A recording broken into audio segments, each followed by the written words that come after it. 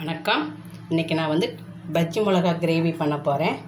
இதுக்கு நான் வந்து 6 பஜ்ஜி மிளகா எடுத்துருக்கிறேன். இந்த பஜ்ஜி மிளகா கிரேவி வந்து சப்பாத்தி, தோசை, நானுக்கெல்லாம் ரொம்ப டேஸ்ட்டாக இருக்கும். 6 பச்சை மிளகாயை இந்த மாதிரி சின்ன சின்ன பீஸாக கட் பண்ணிக்கணும். 2 தக்காளி எடுத்துருக்கிறேன், 1 பெரிய வெங்காயம், 8 பாதி முந்திரி, 2 பாதாம் பருப்பு எடுத்துருக்கிறேன். இதை சுடுதண்ணியில் ஊற வச்சுருக்கிறேன். இதையும் தக்காளியும் நம்ம அரைச்சிக்கணும். தக்காளி அரைக்கும்போது இந்த முந்திரியும் போட்டு நைஸாக அரைச்சிக்கணும். இப்போ இந்த வெங்காயம் தக்காளியெல்லாம் கட் பண்ணிக்கலாம். பச்சை மிளகாய் எல்லாத்தையுமே கட் பண்ணிவிட்டு பார்க்கலாம்.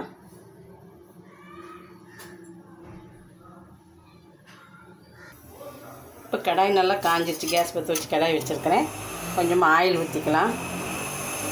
இந்த பஜ்ஜி மிளகாயை வந்து நம்ம வதக்கிக்கலாம். இப்போ கட் பண்ணி வச்சுருக்கிற குடமிளகாய் போட்டுக்கலாம். பஜ்ஜி மிளகாய்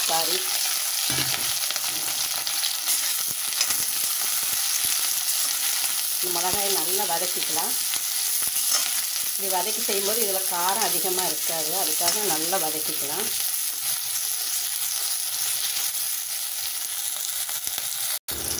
இப்போ வதங்கிடுச்சு. இப்போ இது தனியாக எடுத்துடலாம்.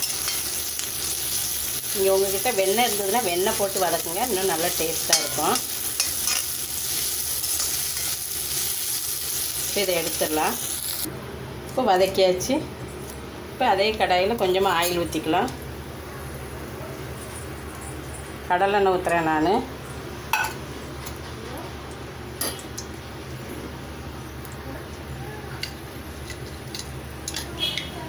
இப்போ இதில் சின்னதாக 4 பட்டை,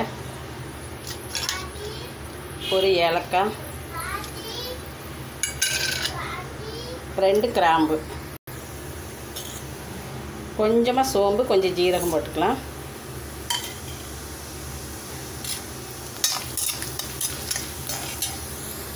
இப்போ ஜீரகம் சோம்பெல்லாம் நல்லா பொரிஞ்சிருச்சு. பட்டை ஏலக்காயெல்லாம் நல்லா பொரிஞ்சிருச்சு.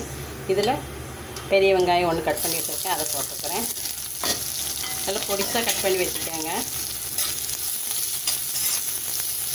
வெங்காயம் வதங்க கொஞ்சம் உப்பு போட்டுக்கலாம்.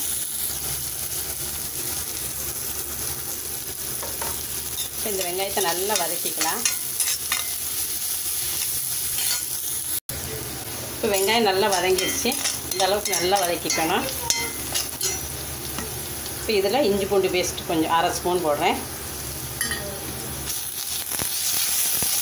இஞ்சி பூண்டே நல்லா வதக்கிக்கலாம். இப்போ இஞ்சி பூண்டு நல்லா வதங்கிடுச்சு. அரைச்சி வச்ச தக்காளி பேஸ்ட்டை போட்டுக்கலாம்.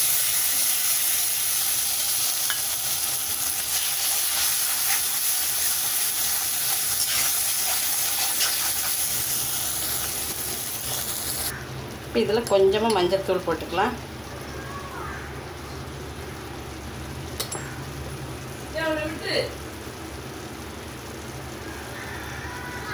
ஒரு டேபிள் ஸ்பூன் மல்லிப்பொடி, இது வீட்டில் அரைச்ச மல்லிப்பொடி. இதிலே ஜீரகம் மிளகு எல்லாம் சேர்ந்துருக்கும். காரத்துக்கு காஷ்மீரி மிளகாத்தூள் ஒரு 1/4 ஸ்பூன் தான் போட்டிருக்கிறேன். பஜ்ஜி மிளகாயிலே காரம் இருக்கும். இப்போ நல்லா மிக்ஸ் பண்ணி விட்டுக்கலாம்.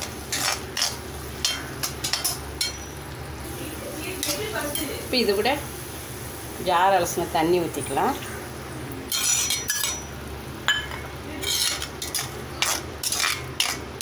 இந்த மசாலாவோட பச்சை வாடை போகிற வரைக்கும் நல்லா வதக்கிக்கலாம்.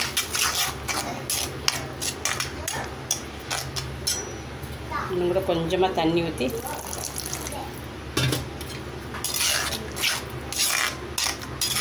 காரமெல்லாம் உங்கள் தேவைக்கு ஏற்றாப்புல போட்டுடுங்க.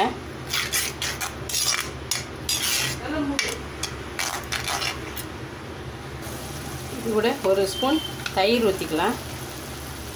1 டேபிள் ஸ்பூன் தயிர் ஊற்றிருக்கிறேன். இந்த தயிர் ஊற்றும்போது பஜ்ஜி மிளகாய் வந்து காரமாக இருந்தாலும் கூட காரம் தெரியாது.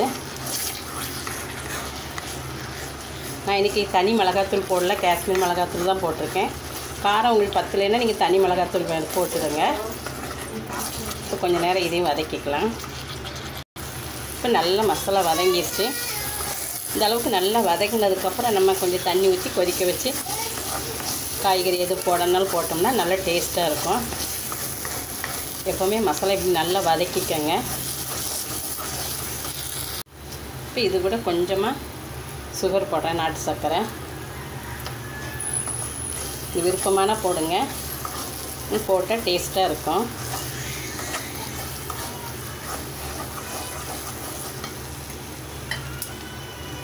இப்போ கொஞ்சமாக தண்ணி ஊற்றிக்கலாம்.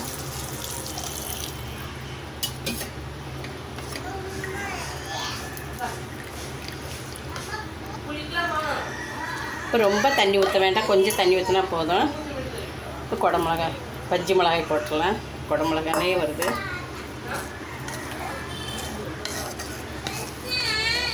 ஆனால் இந்த கிரேவி கொஞ்சம் கெட்டியாக இருந்தால் தான் நல்லாயிருக்கும் சப்பாத்தி தோசைக்கெல்லாம்.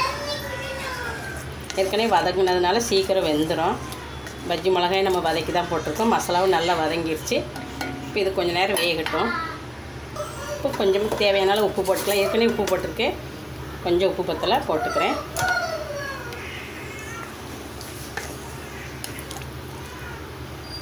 நல்லா அதோட கொதித்து பச்சை வாடை போகிற வரைக்கும் வேக விடலாம். இப்போ நல்லா ரெடி ஆயிடுச்சு. எல்லாம் ஆயிடுச்சுனாவே எல்லாமே பச்சை வாடை போயிடுச்சு. இப்போ நல்லா எண்ணெய் எல்லாம் அப்படியே நல்லா தெளிஞ்சு வந்துருக்கு பாருங்கள். இப்போ இது கூட கொஞ்சமாக கஸ்தூரி மேத்தி போட்டுக்கலாம். இது நல்லா கசக்கி வச்சுருக்க 2 கையில் வச்சு அப்படியே நல்லா கசக்கி போட்டுருங்க. இது இருந்தால் போடுங்க, இல்லைன்னாலும் பரவாயில்ல. கொஞ்சமாக மல்லித்தலை தூவிக்கலாம். சப்பாத்திக்கெல்லாம் இந்த மாதிரி இருந்தால் தான் நல்லாயிருக்கும். இது இட்லி தோசைக்கும் நல்லாயிருக்கும். தோசைக்கு வேணால் இன்னும் கொஞ்சம் தண்ணி ஊற்றி கொதிக்க வச்சுட்ருங்க. தோசைக்கு இட்லிக்கெல்லாம் இன்னும் கொஞ்சம் தண்ணி ஊற்றிக்கோங்க. இந்த சப்பாத்திக்கு இந்த பதத்துக்கு கரெக்டாக இருக்கும். இப்போ ரொம்ப டேஸ்ட்டான பஜ்ஜி மிளகாய் கிரேவி ரெடி ஆயிடுச்சு. இதுபோல் நீங்களும் உங்கள் வீட்டில் செஞ்சு பாருங்கள். இந்த வீடியோ பிடிச்சிருந்ததுன்னா லைக் பண்ணுங்கள், ஷேர் பண்ணுங்கள். இது வரைக்கும் சப்ஸ்கிரைப் பண்ணாதவங்க சப்ஸ்கிரைப் பண்ணுங்கள். கூடவே பக்கத்தில் இருக்கிற பெல் பட்டனை கிளிக் பண்ணுங்கள். நன்றி, வணக்கம்.